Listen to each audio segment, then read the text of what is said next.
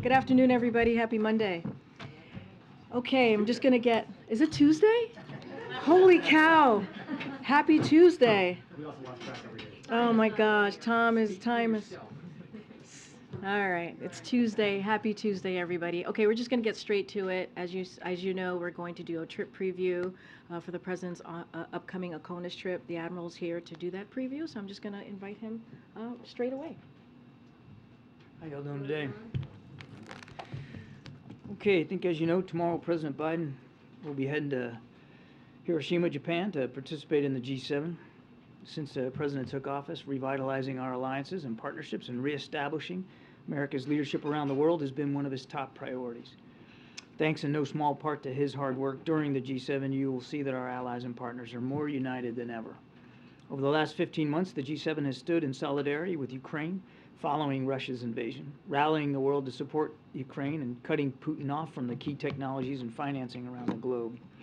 That solidarity with Ukraine is even stronger now than it was last year, and you'll see concrete action to further isolate Russia and weaken its ability to wage its brutal war.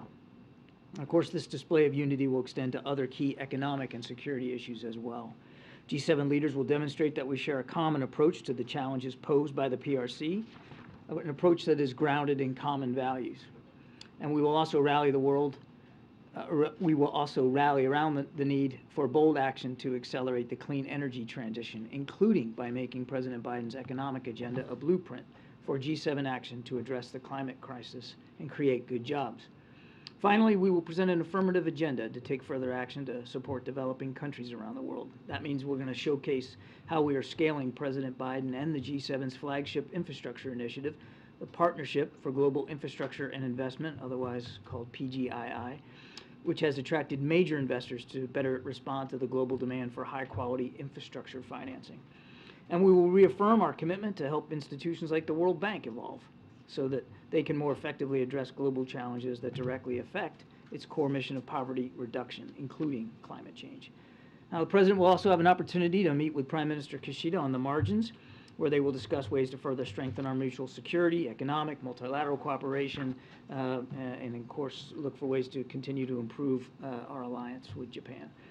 And he will also have the opportunity to meet with the leaders of the other members of the Quad, Prime Minister Modi of India and Prime Minister Albanese of Australia as well. So a very packed agenda here for the G7.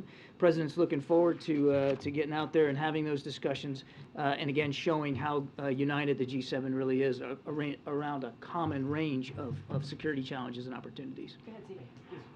Question there. You mentioned the president's going to meet the Quad leaders in Japan. Does that reflect the change to the back half of the trip? Is he not going to go to Australia anymore? That would have had the opportunity to meet with Prime Minister Modi and Prime Minister Albanese anyway at the G7. I don't have any additional changes or additional schedule items to speak to today. We're working through, thinking through the rest of the trip right now. And then, so the rest of the trip is now up in the air because of the negotiations. What I can speak to is the G7 and going to Hiroshima. The president's looking forward to that. We're taking a look at the rest of the trip. And this is a substantive question there. Can you speak a little bit about the implications of the debt limit showdown here at home on the president's credibility on the global stage? How can he rally the world if he can't rally lawmakers here in Washington? That's something as simple as, and fundamental as the full faith and credit of the United States. What message does that send abroad? These leaders, all leaders of democracies, they understand and they respect American leadership on the world stage. And they know that our ability to pay our debts is a key part of U.S. credibility and leadership around the world. And so they understand that the president also has to focus on making sure that we don't default and on having these conversations with congressional leaders. And he'll be able to do that and have his team do that while we're at the G7. But these leaders of all around the world understand how important American credibility and leadership is, and that's why they understand how important it is that the president stay on top of this issue. We wouldn't even be having this discussion about the effect of the debt ceiling debate on the trip if Congress would do its job and raise the debt ceiling the way they've always done. Admiral, Typically, when you do a trip preview, you talk about all the planned stops, and there were other stops, Papua New Guinea and Australia, That's right. that have been announced. You did not do that. Is the president calling Prime Minister Albanese? Is he doing something that would perhaps lead to a change in the itinerary? Should we anticipate that? It's difficult for me to tell you exactly what to anticipate at this point, Kelly. As I said, we're reevaluating the rest of the trip right now. I can speak to Hiroshima. I can speak to the G7. We're evaluating the rest of the trip, and as you might expect, should there be changes made or need to be made to the rest of the trip, we will absolutely make proper notification. And there were some calls from Republicans in both the House and the Senate for the president to adjust his foreign travel due to the debt ceiling issue. And should we assume that that is the reasoning for this reevaluation? No, you should assume that, first of all, we're going to the G7 and we're looking forward to that. It's an important forum for a lot of important issues that I just detailed. And given where we are right now, it's also incredibly prudent and responsible for the president to take a look at the rest of the trip and evaluate whether it makes sense going forward. Again, when we have something to speak to, we certainly will. But the President of the United States can do both things.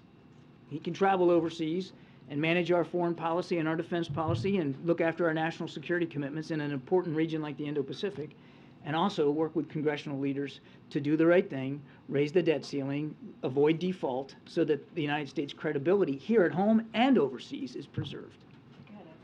Well, yeah, I mean, thank you. In essence, you're sort of teasing us here over what could transpire in the next 2 hours. If this meeting doesn't go well, he's not going to Australia, is what it seems to me that you're saying. I'm not teasing anything, Ed. I'm just trying to tell you what's going on. And what's going on right now is we're hopping on Air Force One tomorrow, and we're heading to Japan, and we're going to have a good meeting at the G7, and we're going to evaluate the rest of the trip, and we'll see what happens. We'll see where things go. Well, what would cause you to not go to Australia then? I'm not going to get into a hypothetical. I think we're going to evaluate where the situation is here and make a determination relatively soon. On Japan, many previous American presidents have been pressured or asked to apologize for the U.S. using a nuclear bomb over Hiroshima and Nagasaki. Does the president plan to do that when in Japan, or make any comments at all?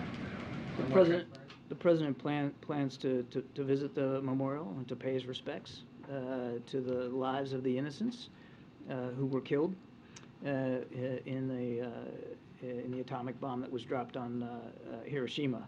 But the focus of the trip, Ed, is what I just talked about in my opening statement. It's about the future.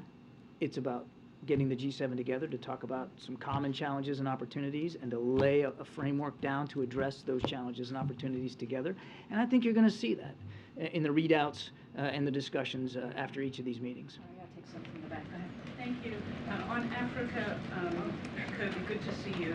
The President has explicitly acknowledged Africa's role in the world and in accomplishing and facing global challenges. And I've heard you say several times already this week that the leaders of the G7 will be talking about some initiative about how to work with other regions to face global challenges. Could you speak a little bit more about that and Africa's role, where leaders' minds will be focused and what they'll interrogate further on this trip? I talked about that a little bit in the opening statement when I talked about the PGII, the Partnership for Global Infrastructure and Investment, as a practical and useful and, quite frankly, more effective alternative to some of the infrastructure and investment programs that other nations have been trying to sell on the continent. And many nations on the continent are realizing that those opportunities, those financial deals, are not necessarily all that they're cracked up to be. And the PGII represents an alternative. And we've already seen, since the president spearheaded this at the last G7, we've already seen millions and millions and millions of dollars of investment through PGII into some of these lower and middle income countries on the continent and beyond. And so we're looking forward to advancing that here at the G7. Go ahead, Nadia. The next G7. Hi, John. I want to ask you about Lebanon. Does the administration support the French judge's decision to issue an arrest warrant against the head of central bank, Mr. Riyad Salameh? Since the administration always wanted transparency in Lebanon and they always push for anti-corruption laws and regulations. That's really for the French to speak to. Yeah, but do you support this? We support. Do you support the decision that they're holding him accountable? The head of the central bank who's been accused of corruption, and you've been calling for Lebanon to fight corruption. Now they're indicting him. Why can't you support that decision? It is a French decision to speak to. Look, of course, all around the world, we speak out against corruption and try to hold leaders accountable as best we can. I think that goes without saying. But in this particular case, I'm going to have to point you to the French authorities. This is for them to speak to. Gotcha. Thanks. Hey, John. So you said a few moments ago that the president can do two things at once. He can do foreign policy, he can do domestic policy. You guys have said repeatedly before that the president can be president anywhere. So why then would he cancel part of his trip? I didn't say he was canceling part of his trip. No, but you said you're reevaluating. I said we're reevaluating, but we've made, there's not been a cancellation as yet, but that could happen. We'll see where it goes. I think, to get to, I think the gist of your question is, the president often has to make tough decisions about how and where he's going to spend his time. And as I think we've also made clear, Karine has made clear a gazillion times up here, how seriously the president takes this priority about defaulting on the national debt, and what that says about the United States, not just here at home, but around the world, and how that can affect our own international reputation. Because there's countries like Russia and China that would love nothing more than for us to default. So they could point the finger and say, you see, the United States is not a stable, reliable partner. So that is a high priority, as it should be for the president. So look, we're going to reevaluate here the rest of the week after the G7, and we'll see where it goes. But if the trip gets truncated or changed or modified in any way, it should be nothing more than a statement of the president putting his priorities where he believes they need to be. And again, I want to say, we wouldn't have to have this conversation. I wouldn't have to answer these questions if Congress just did the right thing. Well, and to that point, though, you guys have been building up this trip, the Papua New Guinea, the historical significance of that, the Quad, and the extent to which it shows the importance of U.S. leadership in the Indo-Pacific at a moment of tensions with China. So if you were to cancel that portion of the trip, what message would that send to the region and about the United States' commitment to leadership in the Indo-Pacific? I think I answered that question before. Again,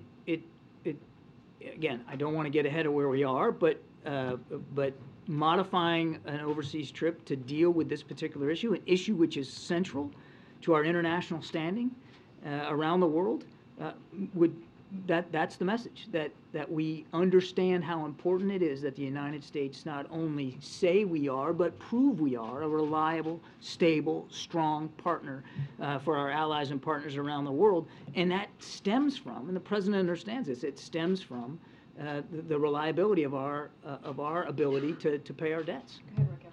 Thank you so much, Karine. Hi, John. Hey, Karen.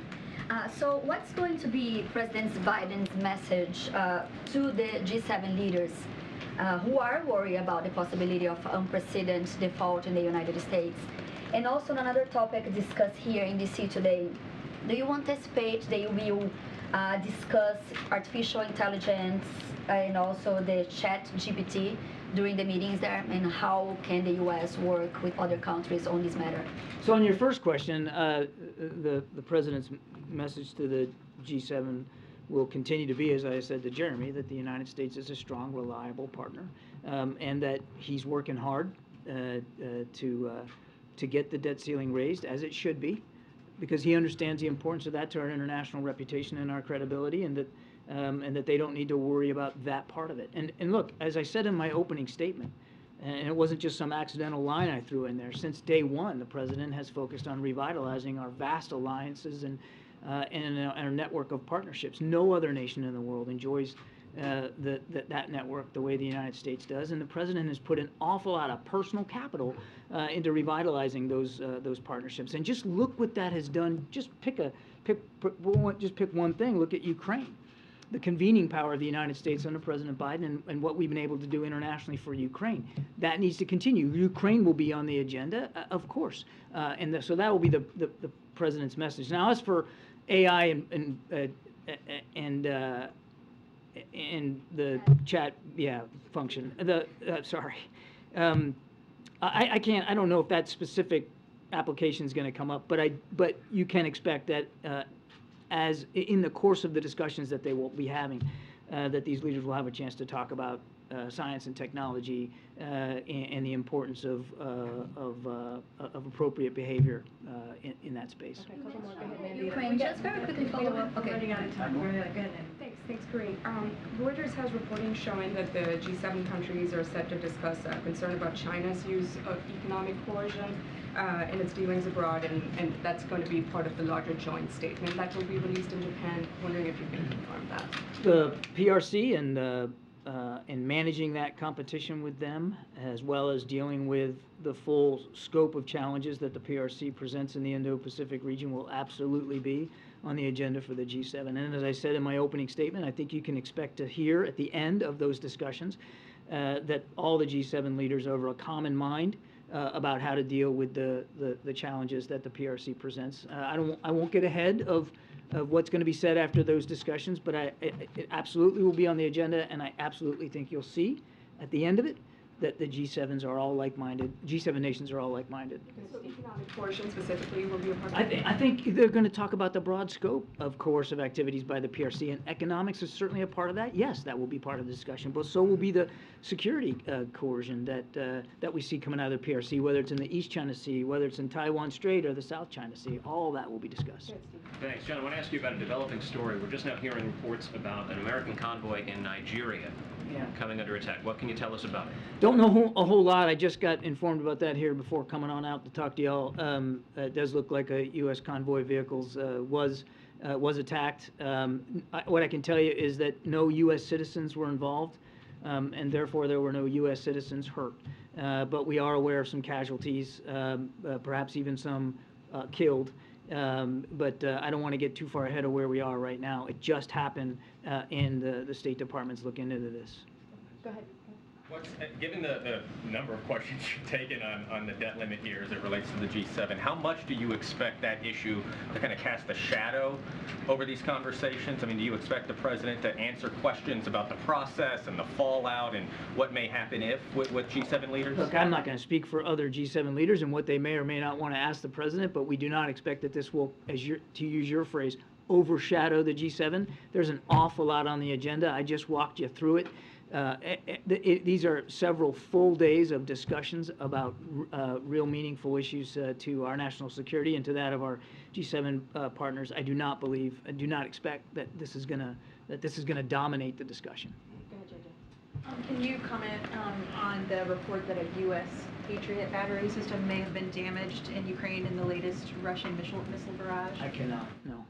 Say whether, so if it were damaged, would the Ukrainians be able to repair it on their own, or would the U.S. have to? First of all, I can't confirm the reports, but you know, it would depend on the scope of the damage as to whether or not it could be repaired by the Ukrainians or whether we might need to help them. I think you know that even particularly in howitzers, oftentimes when we gave howitzers are an artillery piece firing artillery around. And many of them have been damaged in the fighting or just worn out by the fighting, and some were able to be repaired on site. Some we assisted the Ukrainians with repairs outside Ukraine. I just can't speak to this, but obviously if there was damage done to a Patriot system that needed to be repaired outside Ukraine, we would certainly assist with that. I just can't confirm it.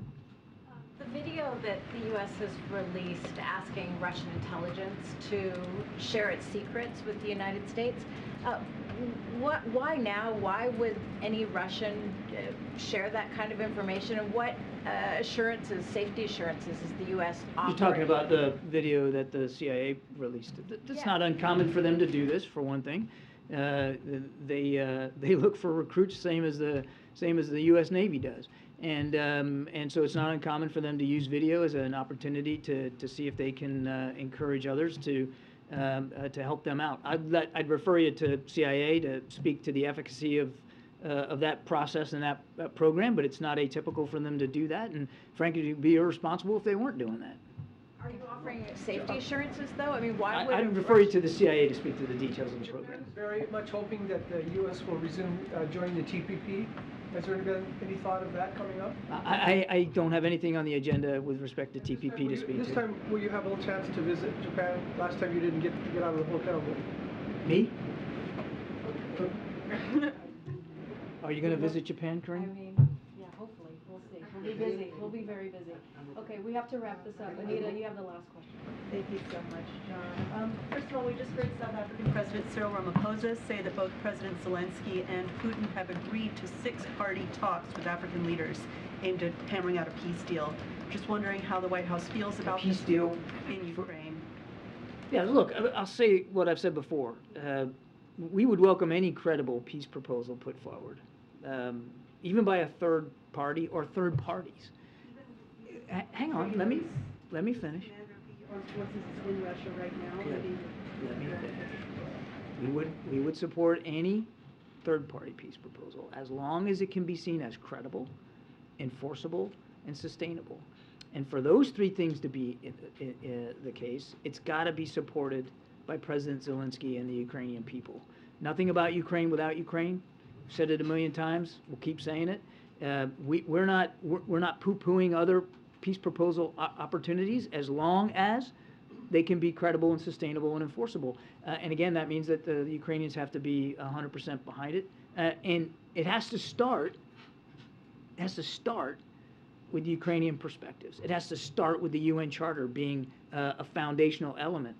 And it has to start with President Zelensky's support and his 10-point proposal, at least referencing and be a part of that frame. So that's where we are. One more person. Go ahead, sir. Thank you so much. The situation in Pakistan has gotten worse from the last time that we spoke.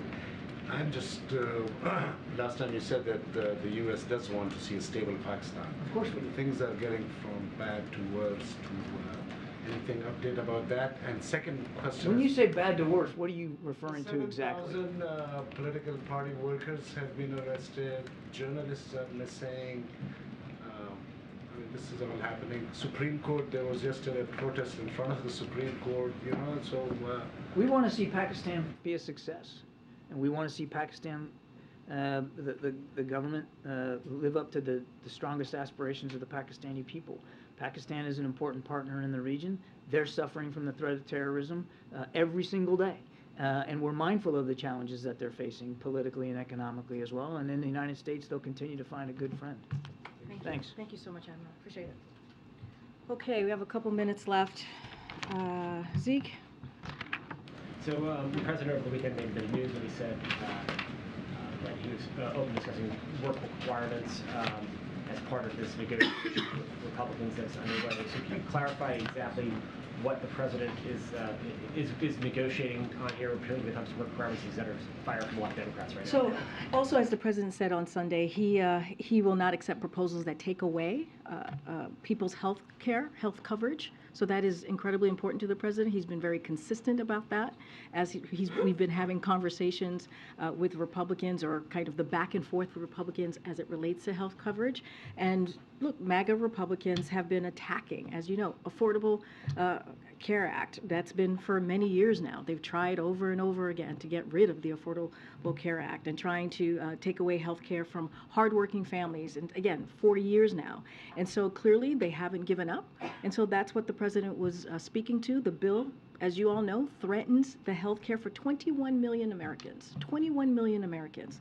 So the president has said, for this, not just for years, but specifically the past couple of months, that he's going to continue to fight for health care, fight for Americans and American families to make sure that they have that health care, and that's what he was specifically speaking to. The president, though, is willing to discuss work requirements when it comes to TANF, but not for Medicaid or SNAP. Is that's what we're talking about here? So look, when you think about the work requirements, that's something he voted for back in the 1990s. So it's been around for some time. Clearly, their program already have work requirements and still have that because of the law today. So just want to make that really clear. What we're talking about is making sure that something that the president has been pretty consistent about for these past several months is continuing to fight for health care coverage. And something goes down with this because, you know, what you're discussing right now is negotiating with congressional Republicans that they want done in order to raise the debt limit by this deadline at the first of the next month. So how are you not negotiating about the debt limit if you're negotiating about something that's contingent on them raising the debt limit? I hear you. We are right now having a conversation, negotiating on the budget. That's what the president has been very clear about. We want to go back to regular order and talk about appropriations. That's what we've been very clear that the debt limit needs to be taken care of. Congress needs to do their constitutional duty. And if you think about it, Republicans, MAGA Republicans, have laid out how they see the vision for the American people when it speaks to the budget, right? And so we've been very clear about that 22% cut that they want to do to healthcare. Just talked about the 21 million Americans, right? The cut that they want to do to veterans. All of those things are conversations that his team and the teams of the four congressional leaders, they've been having for the past couple of days on the budget, on how we move forward with the budget. Yeah. Thanks, Karine. Vice President Harris was not in the room last week when the president met with McCarthy and congressional leaders, but she will be there today.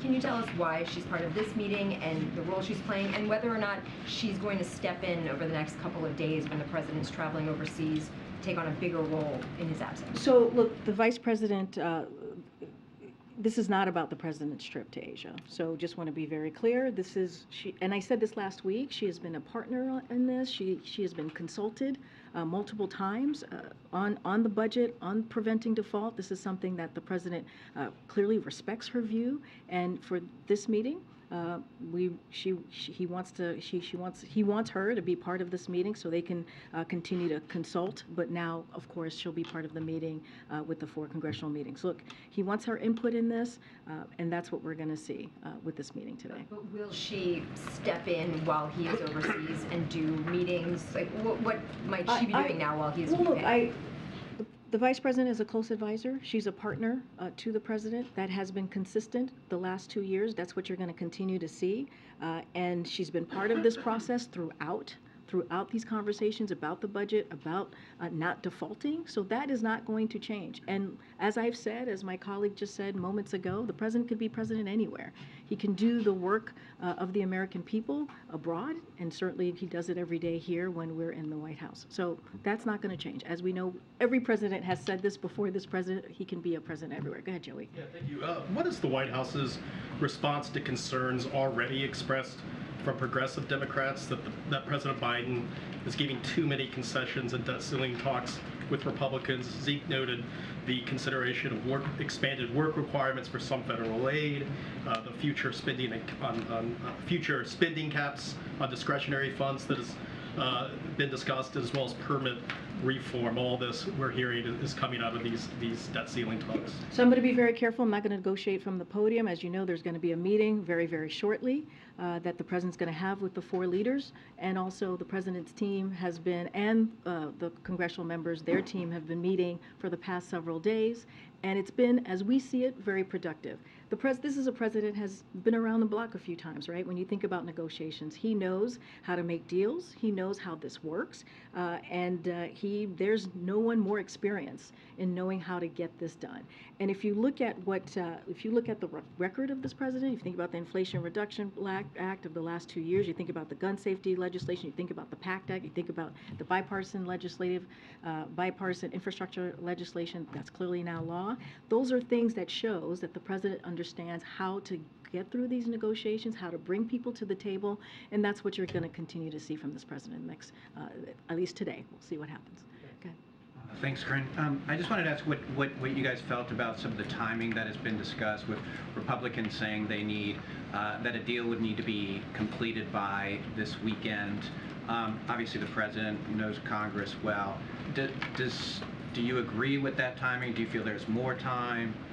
I mean, look, we've been very clear. This is, when it comes to the debt limit, that's something that should have been done a while ago. We've been very clear about that. The fact that Republicans in Congress, MAGA Republicans, are threatening default, holding our economy hostage, that shouldn't be. That is not regular order. That is not what is supposed to be happening. We've done it 78 times since 1960. And so this should have been done some time ago. And so if they are so concerned about the timeline, then they should get to work and do their constitutional duty. Do you feel like there is a chance, or how much of a chance is there that you guys could reach an agreement by the weekend? You know, obviously the president would be in Asia, but could you reach the agreement by? Do you have any level of confidence that you could finish by this weekend? So look, I'm not going to get into hypotheticals. The president is going to be meeting with congressional members in the next 15, 20 minutes. Look, the way that we see this process going, as you asked me about a deadline, a timeline, it should be done right now. Sooner the better. We should get this done. There's no reason for Congress to wait any longer to do their job. There's no reason to be waiting. And just a couple more. We heard from economists, the urgency from economists, business leaders, including small business leaders across the country, and more CEOs. We've heard from them saying how catastrophic this could be if Republicans get their way. So Congress needs to prevent default, and they need to do it before the X date. And that is critical, and that is key, and that is important to do. Go ahead, Jeremy. Thanks, Karine.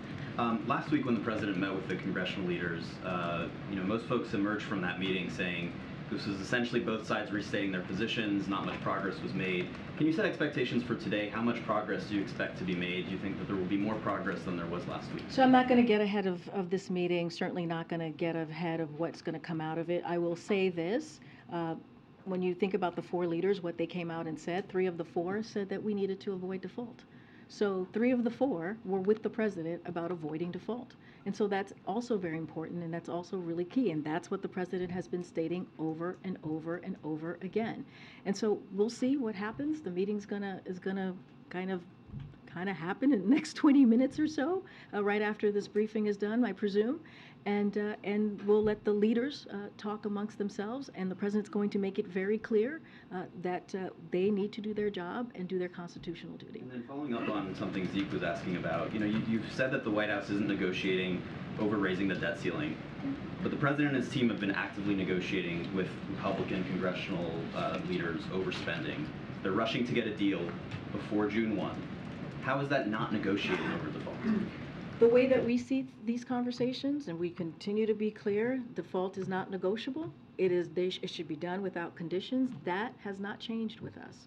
We are having conversations about the budget. We are having conversations about appropriation, which is regular order, which is what is supposed to be happening year after year. This is the conversations that have occurred. That wouldn't be happening till September, Look, right? look, so what is the time pressure on doing negotiations now over spending? Look, there are many examples of simultaneous conversations on spending and preventing default. That is nothing new. What we're saying is that they should not connect the two, that they should get the job done, and that we're going to have the conversation about budget, and we're going to continue to say, hold the line here and be really, really firm, and say that negotiating on default is not an option. And so that's what the president has said. You've heard from him directly over the last couple of days, as many of your colleagues have had the opportunity to ask him that very question. You're hearing from the president of the United States, who has said that this is not about the debt limit. There's no negotiating around the debt limit. They should do their constitutional duty and move forward.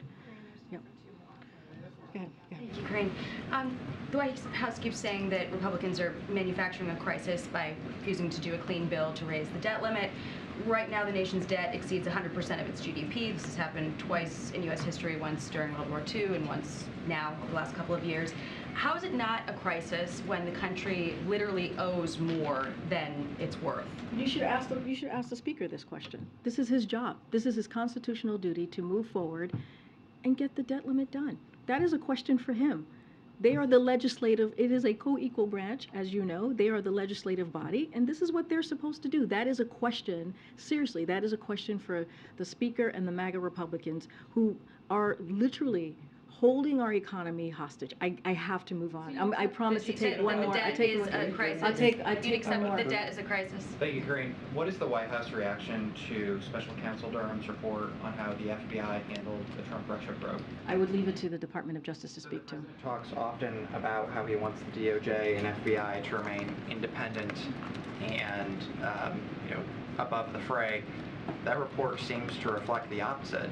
Does he agree with Special Counsel Durham that there needs to be wholesale changes at the FBI? Again, that is with the Department of Justice. That's not something that I'm going to speak from the podium. As you just stated in your question, we believe in an independent Department of Justice. That's what the President said when he was running, and that's what the President has said the last 2 years. Thank you so much. I'll see you guys in Japan.